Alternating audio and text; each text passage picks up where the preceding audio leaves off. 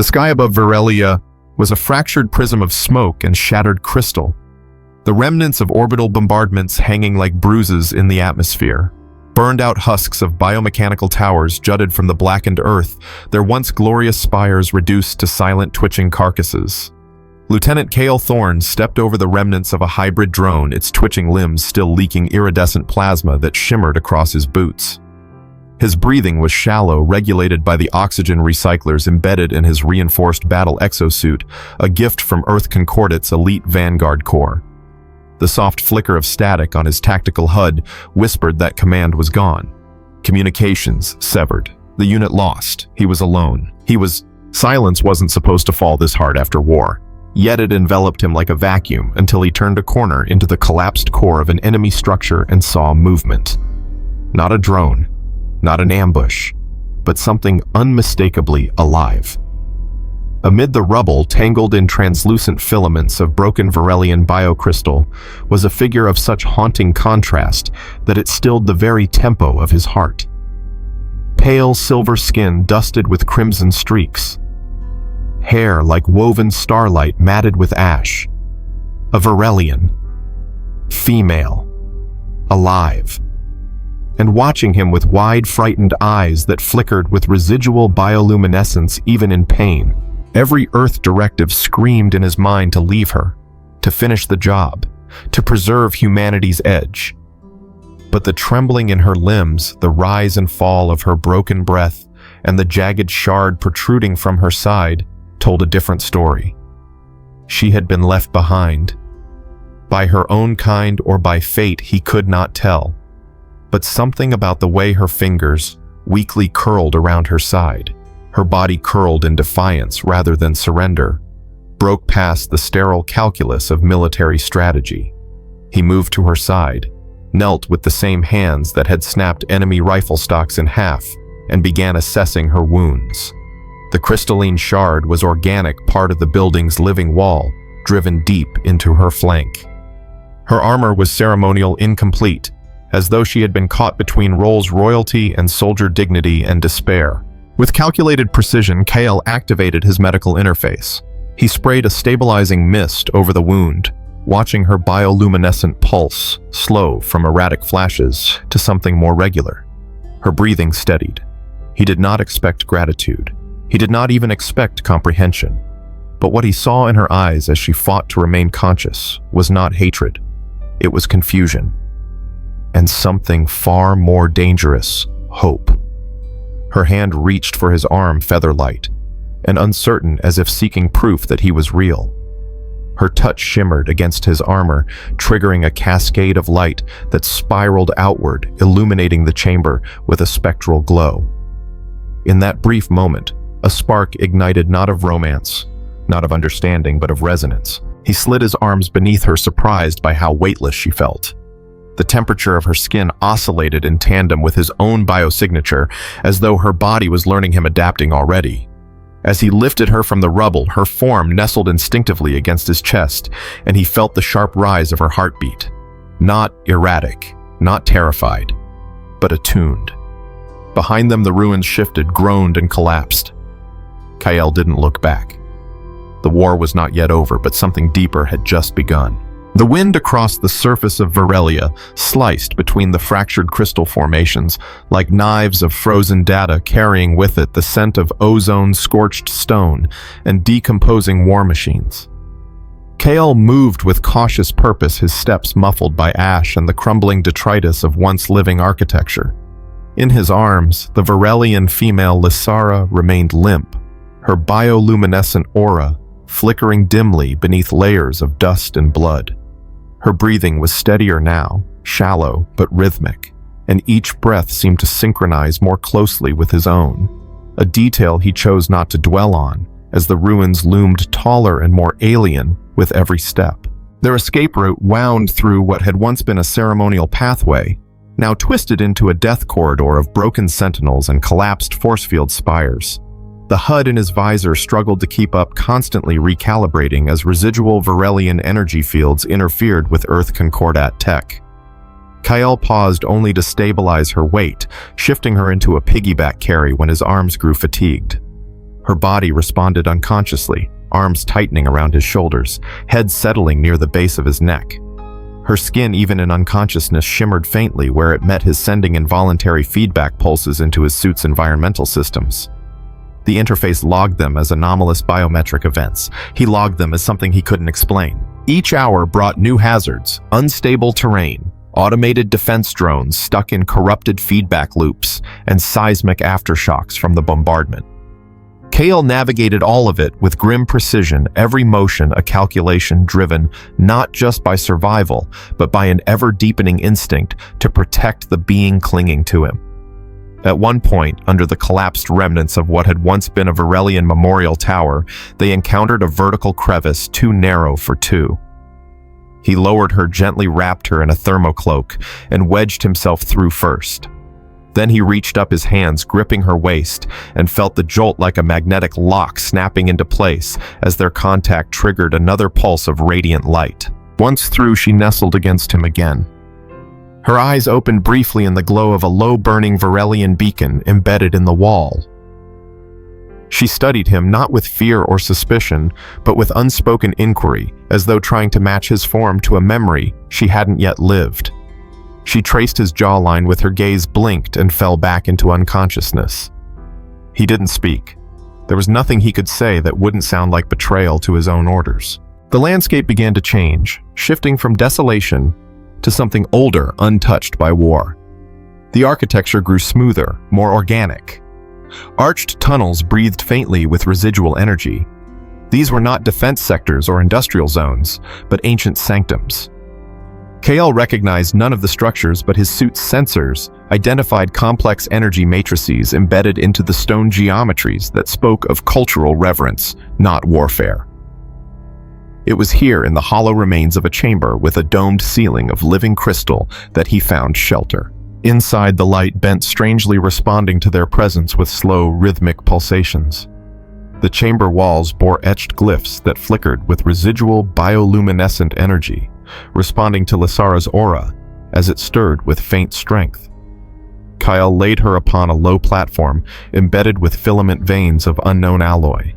As soon as her body touched the surface, the structure awakened, casting spirals of light across the floor. The chamber came alive with a low, harmonic resonance, like a choir whispering from beneath the surface of reality. He stepped back, weapon drawn, ready for defense, but nothing attacked. Instead, the chamber pulsed gently. Lysara's vitals stabilized further.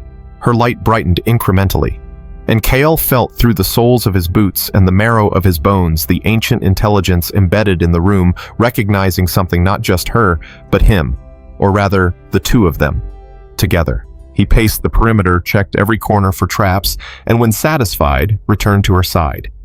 Her eyes fluttered open again. This time she did not close them. Her gaze met his fully. Still no words, just the hum of her pulse, visible beneath the skin at her neck. Her hand rose again, slower now, intentional. It found his armored wrist fingers brushing against a patch of bare skin exposed where the gauntlet met his undersuit. Contact. Again that ripple of light. Again the chamber responded. The air shifted warm with bioplasmic energy, a tactile pressure building like the pause before a storm. Lysara's expression, even wordless, spoke of recognition, of understanding. He didn't need translation to know the decision had been made. He would not abandon her. He would not turn away.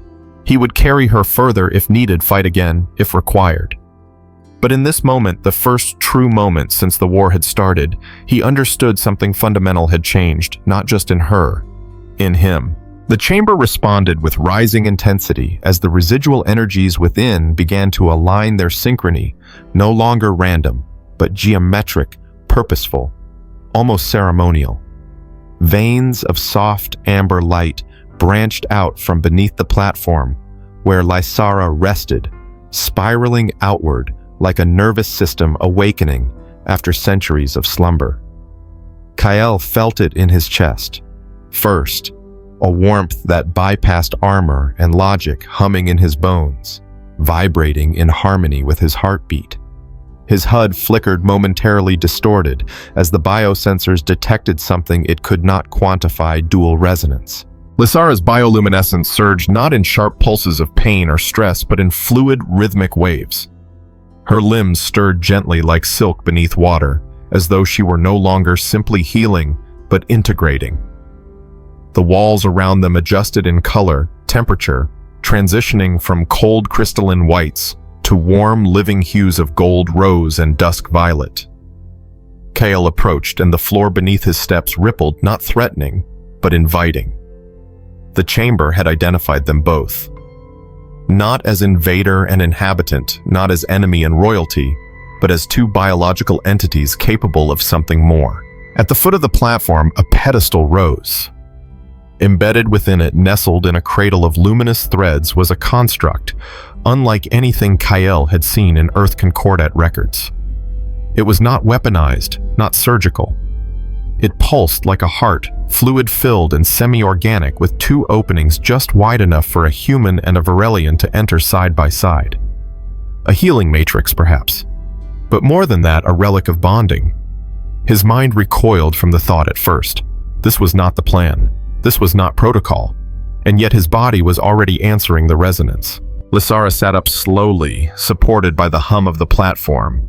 Her gown, tattered and scorched, shifted with the glow of her skin beneath it, revealing the return of strength of focus. She placed her hand on the edge of the matrix, and it answered her with a tone, a low harmonic vibration that resonated across Kael's chest like a memory he had never lived. Her eyes met his.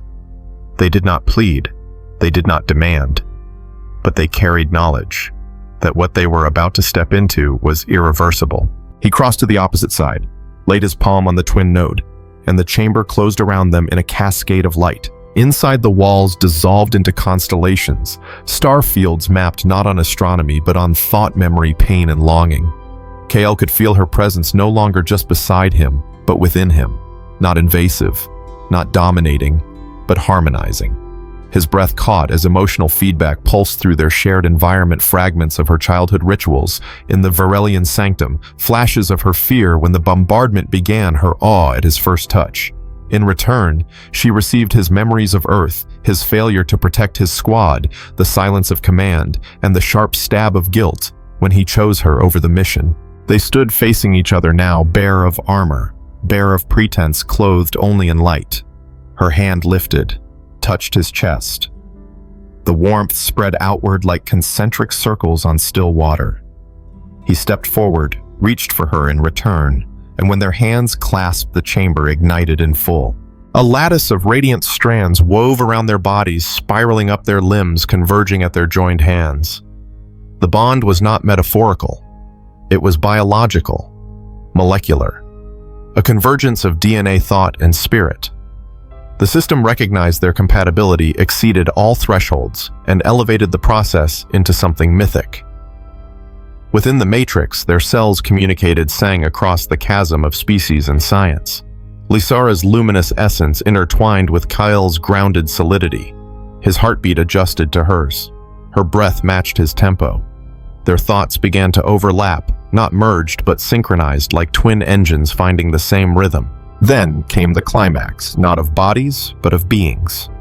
The chamber pulsed with a singular tone that resonated through the floor, the walls, their spines. It wasn't painful. It was euphoric, like falling into a gravity well and discovering you could fly. Their combined energy flooded the chamber, casting spectral shadows against the crystalline walls, fractals of golden light interwoven with deep blue. Kael's back arched involuntarily as his neural pathways fired in tandem with the chamber's pulse.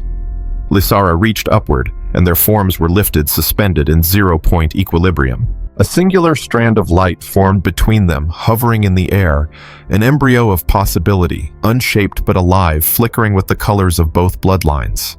Not yet life, but prelude to it. Not prophecy, but potential.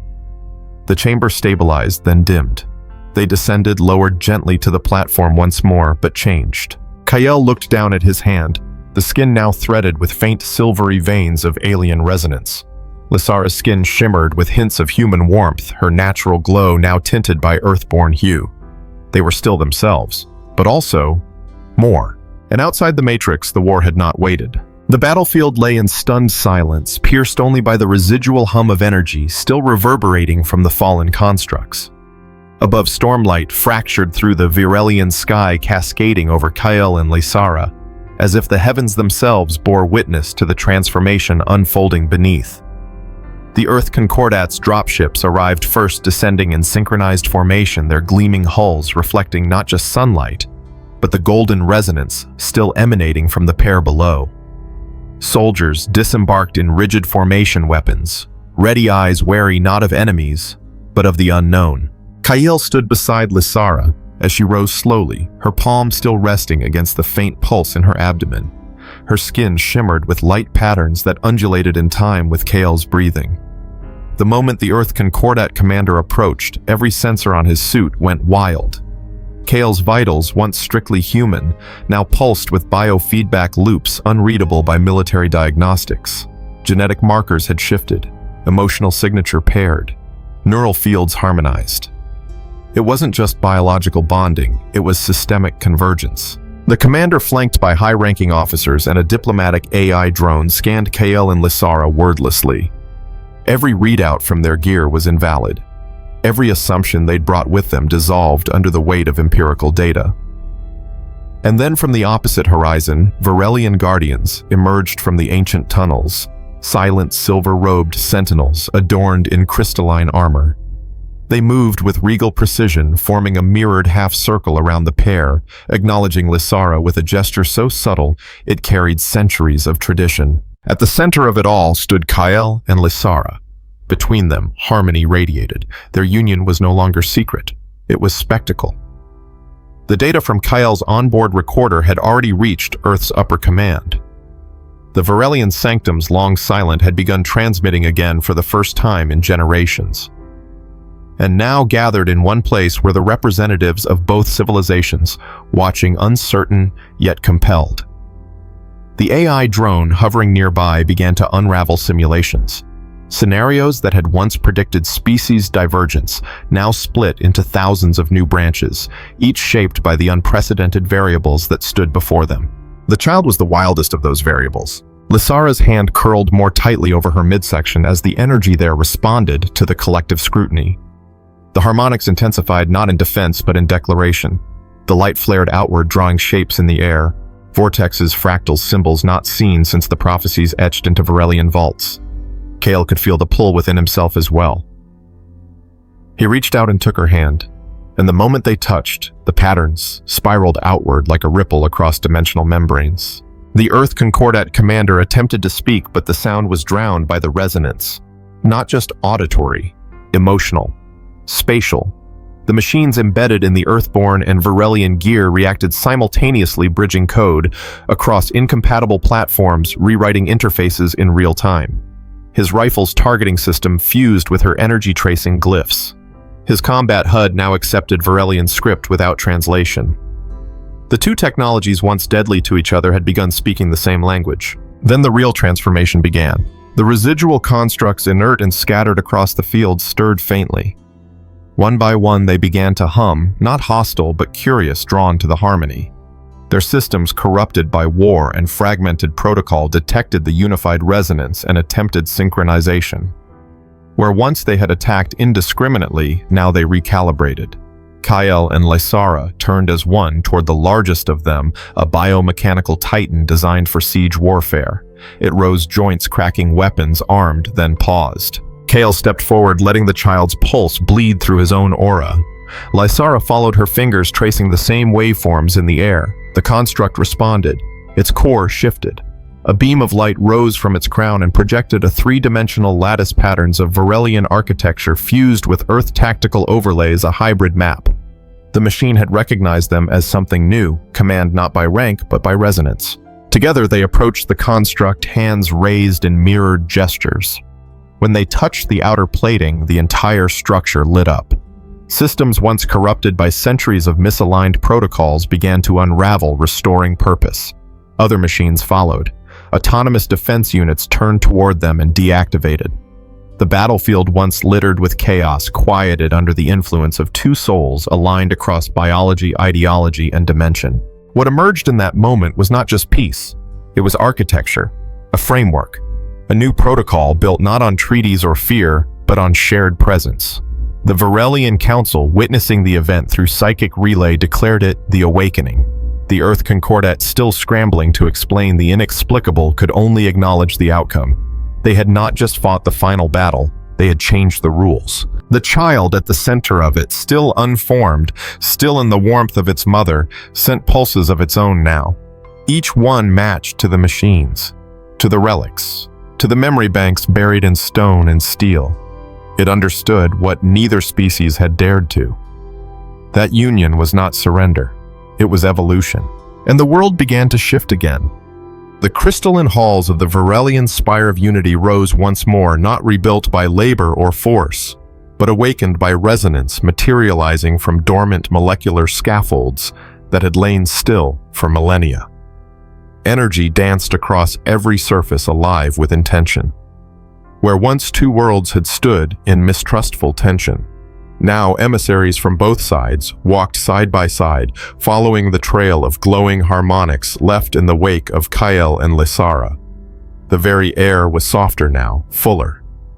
The shared pulse of human and Varelian energy resonated through the walls like a planetary heartbeat, echoing a rhythm not dictated by weapons, but by hope.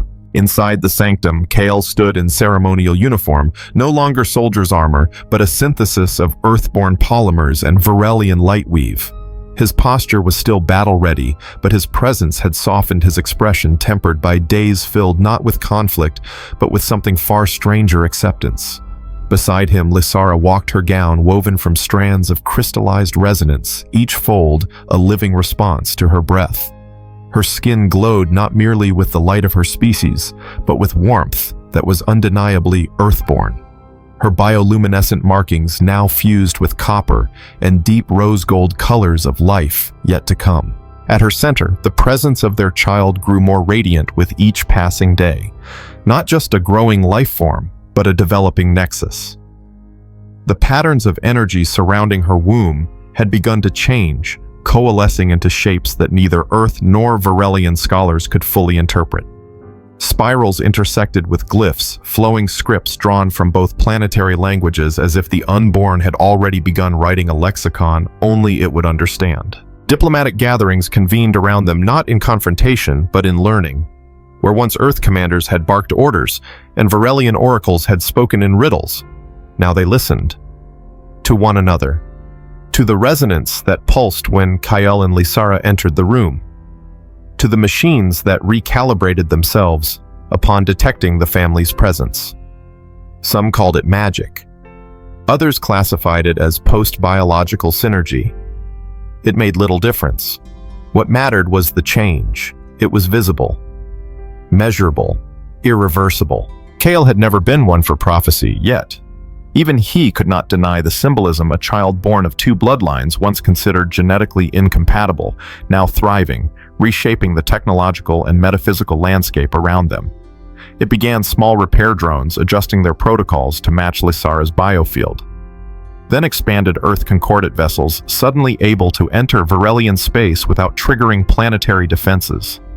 Soon, whole archives opened of their own accord, unlocked by the child's prenatal aura, revealing records of an ancient meeting long forgotten, when humans and Varelians in a previous cycle had touched the edges of union before catastrophe tore them apart. The council, once skeptical, now stood in reverent silence when Kael and Lysara approached. The House of Mourning Prism, most staunchly against their bond, had witnessed too many technological miracles, too many structural resurrections, too many synchronized energy pulses to deny the truth. Even the most hardened among them could not ignore the light that formed when Kael placed his hand on Lysara's growing belly, and the very floor beneath them responded with blooming spirals of resonance. In private, their moments were softer, more intimate. Within their chamber, a cradle hovered, built of interwoven earth carbon and Varelian crystallite, alive with a rhythm that pulsed in sync with the unborn's vital signs. Kael sat beside it each night, feeling the subtle energy threads wrap around his fingers like tendrils of curiosity from the child. Lysara joined him, curling into his side as their shared energies blanketed the room in slow, undulating pulses of blue, gold, and white. No longer just symbols of change, they had become its architects.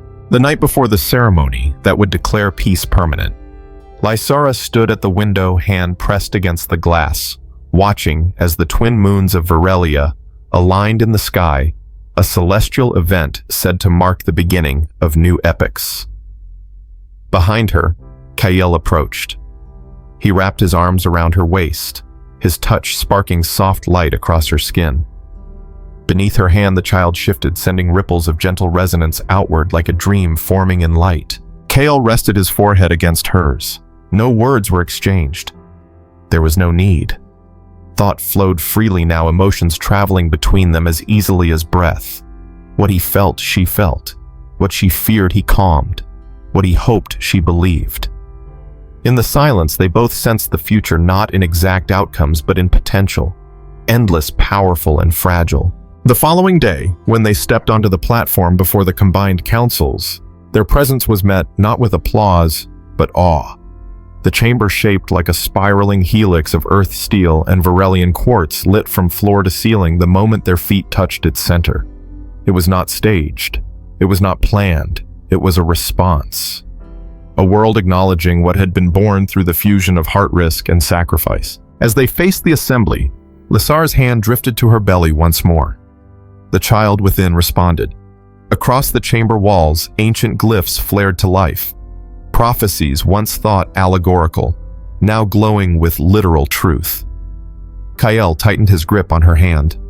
Together they had changed not just the war, not just the laws of biology or physics, but the narrative of their civilizations. And this was only the beginning. In a galaxy once divided by silence, suspicion, and centuries of war, a single choice shattered the cycle.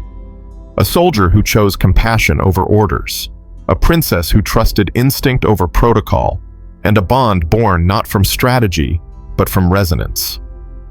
What began as an impossible union between Lieutenant Kael Thorne and Princess Lysara Virelian became a story etched in living light across the fabric of two civilizations. Their child Soren carried more than genetic potential. He embodied the fusion of logic and passion, steel and starlight, earth and Virelia. Together they proved that when two souls align beyond species, beyond history, they can reshape destiny itself. This was not just a story of survival. It was the blueprint for peace. If this journey moved you, if you felt the pulse of light, the gravity of choice, and the shimmer of possibility, don't forget to like, comment, and subscribe to the channel. Share your thoughts below. What would you risk for unity, for love, for the future of two worlds? Thank you for listening. Until next time, stay radiant and keep looking to the stars.